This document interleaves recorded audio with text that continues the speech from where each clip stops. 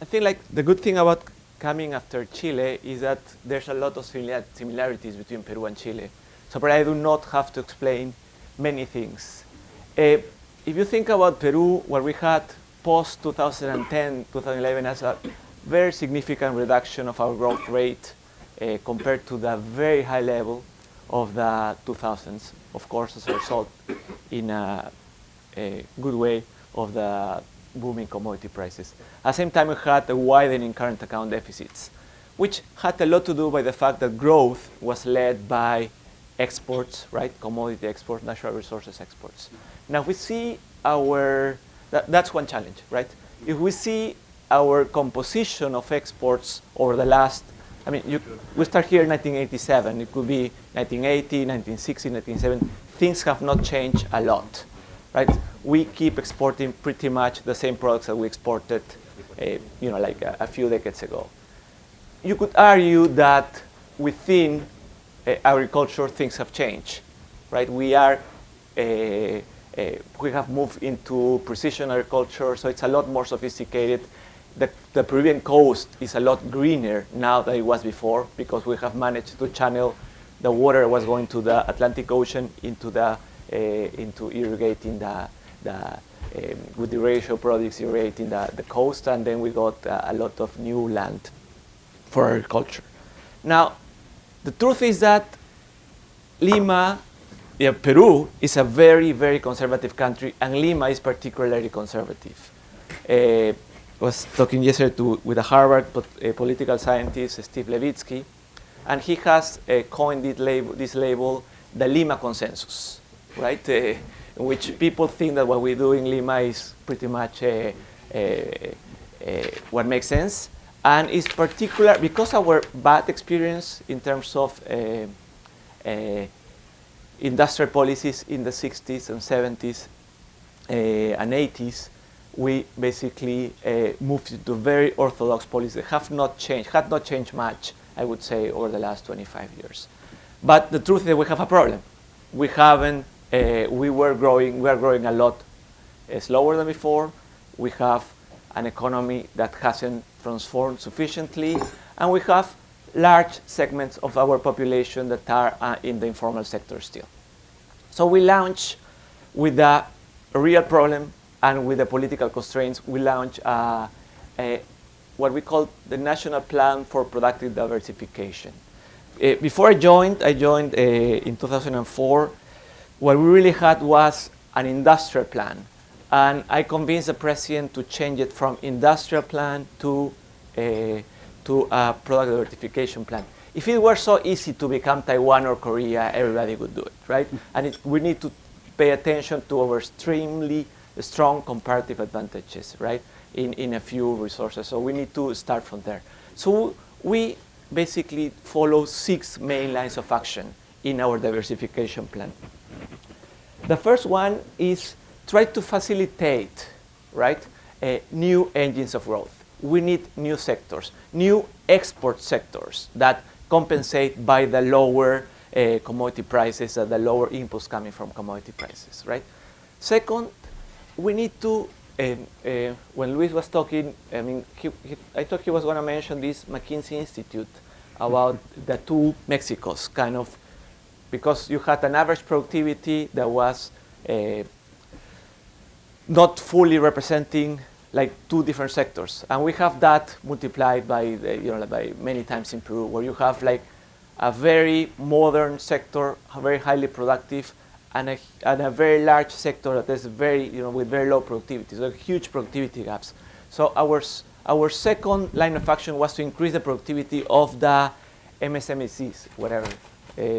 MIPIMES in Spanish. The second one is, the third line of action was to improve financially those.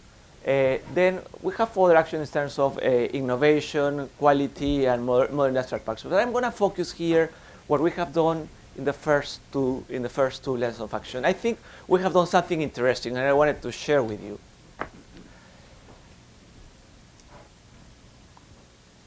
We have set up working groups to solve what we have been what we think are clear problems of coordination between the public and the private sector, right? What are they, right? It's a temporary public-private working group where people basically sit once a week, okay?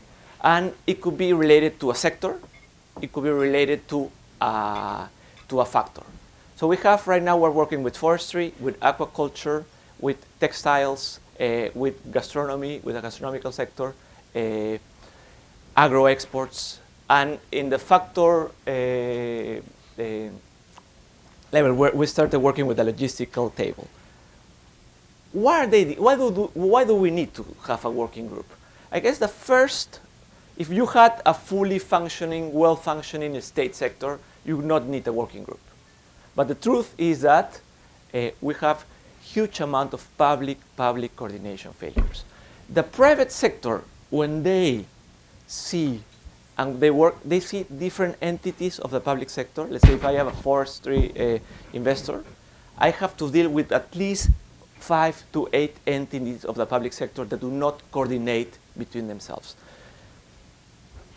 Like international cooperation normally work like a matrix, right? There are regions, there are divisions, but the Peruvian public sector, and I think it shares a lot of similarities with a lot of public sectors, it works in sectors. So, but the problems are normally transversal, right? So if I am somebody leading, trying to invest in the gastronomical sector, I have to deal with 3 or 4 different ministers or entities that do not coordinate between themselves. So the first thing to make sure to pay attention here is that we need to take care of that. The second is that the public-private interaction is complicated because of history of corruption, history of lobbies, history of mistrust. A typical public sector employee does not trust the private sector because they think that they are lobbyists and people who only care about money and don't care about the country.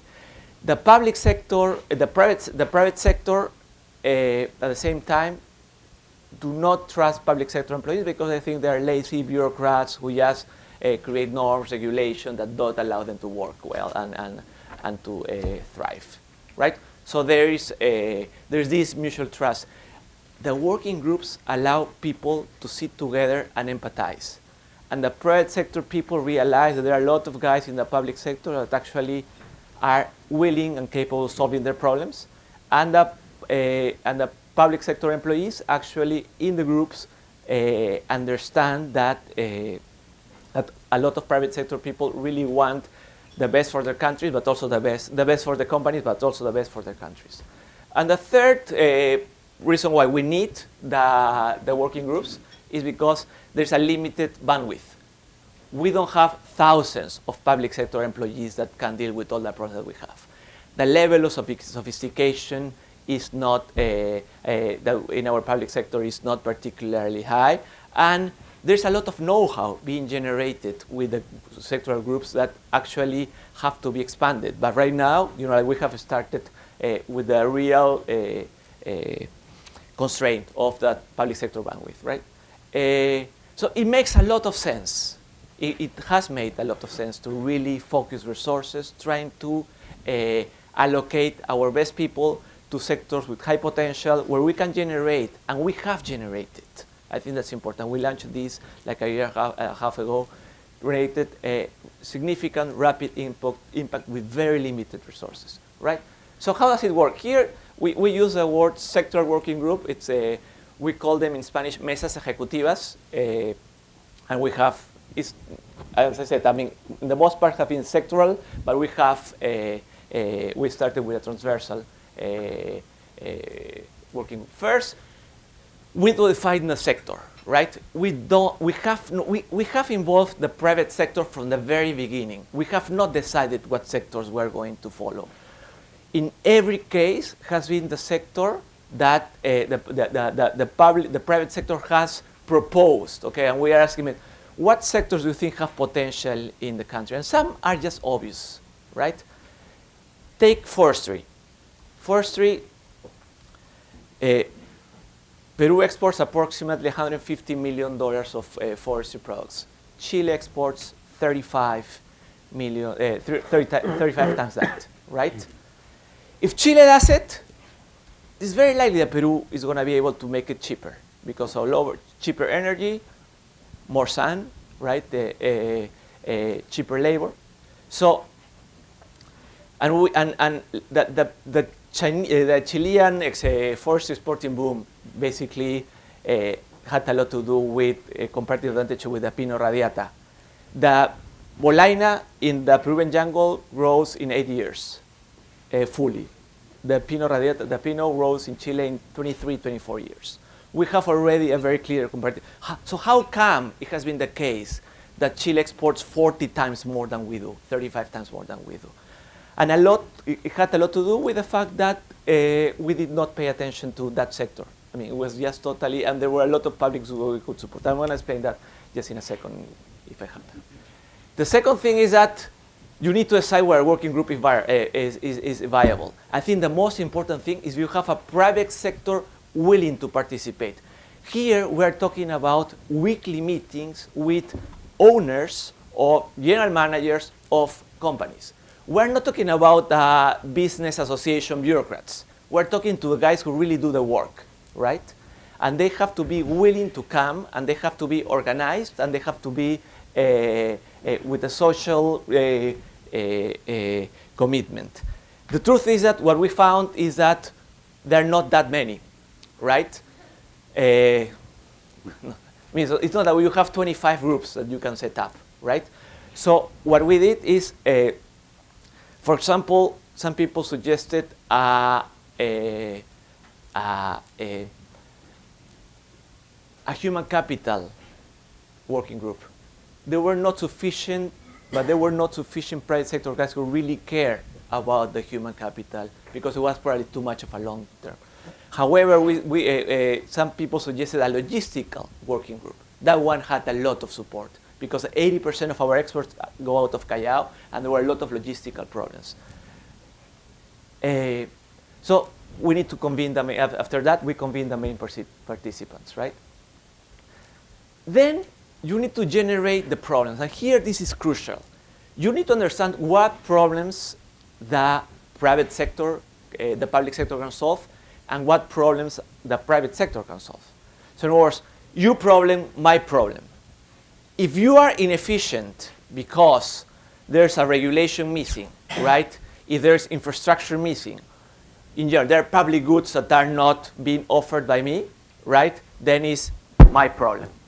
But if you are inefficient because China or Vietnam or Cambodia in the textile sector made you inefficient, right, or not competitive, that's something I cannot do, right? If you cannot, so I am going to clean everything to make sure that you are as competitive as you can, but are problems that you cannot solve, right? Of course, whenever you ask a private sector person, the most likely, what do you need to be better? They're going to say, look, if I have a lower income rate, right? If you have an exemption, if I have a subsidy, then you solve my problem. The truth is that we said that's off the table. We are going to focus, and that's of course Ricardo had a big role to play there in stimulating intellectually this. Is we focus on productivity. We are going to do things for you only to increase productivity. We will not be doing things to increase profitability that don't increase the size of the pie, right? So take the aquaculture guys. What they were saying, I'm going to, what they were saying, we need a lower income tax. We had an income tax of 15%. Now you are, so during 10 years, aquaculture guys had a lower income tax, but aquaculture did not take off in Peru. What happened is that you did not have a sanitary authority to make sure they open new markets. So people, if you did not have new markets, right, you would not be able to export. So what we did is we told them, look, we are not going to reduce the income tax, but we're going to focus on the real problem, that you really do not have access to new markets, and we're going to provide that public good. So we created Sanipes, And now the Chinese market is being opened, the Brazilian market is being opened to our langostinos. So basically now they have the huge potential to basically export a lot more. So I think it has been very crucial to focus on the problem and the solution. What we have found is that there were no real diagnosis ex ante. So it's not that we could come up with there wasn't a blueprint for forestry, for aquaculture, for textiles of what to do. We had to generate a diagnosis. There were no studies that were useful. We had to generate between the public and the private sector with weekly meetings a right diagnosis. And this works something like that. Assignment responsibilities, deadlines, show rapid progress, right? So you have a problem, a request from private sector, the proposed solution, commitments, responsible deadlines. Really, this has worked fantastically well, really. Is that you have a matrix, all the guys from the working table have a matrix, and they know, like if you are committed to solve this problem 3 weeks from now, 4 weeks from now, right? And you are able to learn a lot on the ground from the private sector participants, right? And the majority of the problems can be solved at a technical level. Whenever a problem requires a political commitment because it goes beyond a technical problem, then you elevate it. But that means that your bandwidth can be actually amplified because you are working with public sector employees, and the time from the minister is relatively limited in terms of the use, right? So I think that the one reason this works is because there is accountability, because you need to go back to the mesa 2 weeks from then, 3 weeks from now. When I joined the government and I realized something, right? Somebody would come from the private sector, from the business association. They would tell me about a problem, and okay, I took note, right? I was with somebody from the ministry there, and then I really don't know what happened 2 or 3, 4 weeks from now, right? So what happens is that you have a meeting, but because there's no accountability, 3 or 4 months from there, probably nothing happened. What the MESA does is really allows you to make sure that things happen, right? And you have meetings that have been taking place on a weekly basis that make sense and have been able to solve the problems from the private sector. Otherwise, how can you explain that the guys have been willing to come every week for a year and a half, right? And I'm going to skip this because these are some of the examples. But in terms of this is going to be my last slide, right? What I want to say, what's less important, right? It's less important to pick the very best industries, probably, right? Mm-hmm. It's probably more important to have an organized, capable private sector who is willing to work, and you need to have people with the right incentives, with the right commitments to work, right? Second, it doesn't make sense probably to make a big bang approach. We did not make a huge announcement with 25 sectors. We started with forestry, we moved to aquaculture, creative industries, gastronomy, textile, logistics, agro-exports, etc. Now, it's amazing because there's a lot of economies of scale. I think we can easily sustain 10 sectors. But we started with an agile, iterative approach that allows us to learn, to accumulate know-how, and based on know-how that we have been able to accumulate, now we can go into newer and other sectors, right? We did not need big budget. This is probably the most cost-effective policy that you can think of. You really need to coordinate.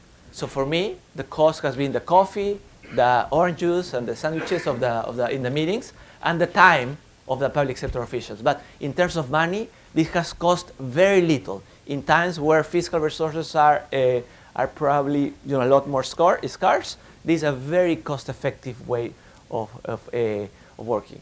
Again, you do not need long studies, long groups. I was in October 2014. We were about to launch a big study, right, about the sectors. And I did not have time because our time is up.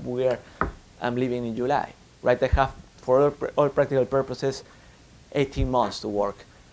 Any study would have been ready, right, by the time I was gone. So I said, I'd rather start with what I have. Let's see the sectors where the private sector is demanding. Let's focus on them. They see where they are willing to commit. Sometimes they propose, the business association proposes a sector, and the guys did not show up to the meeting. That sector doesn't have a revealed preference, sort of, no? If they didn't show up, they don't care much. That sector was not picked, right? So we did not need that. We just need concrete solutions to build the problems, quick wins, and iterate. Right now, we are announcing already big investments in the forestry sector. The logistic group that Mesa was set up two months ago has able to reduce the traffic around the port of El Callao significantly. We are really getting a lot of important quick wins with little resources. I think this is a way that has worked for us. Doesn't necessarily work for everyone, of course, but for us, with limited capabilities, we're able to expand into different sectors. I think Peru's growth path probably will imply jumping, of course, into different trees. These are the trees that we have around, and this is very low-hanging fruit. Okay, thanks very much.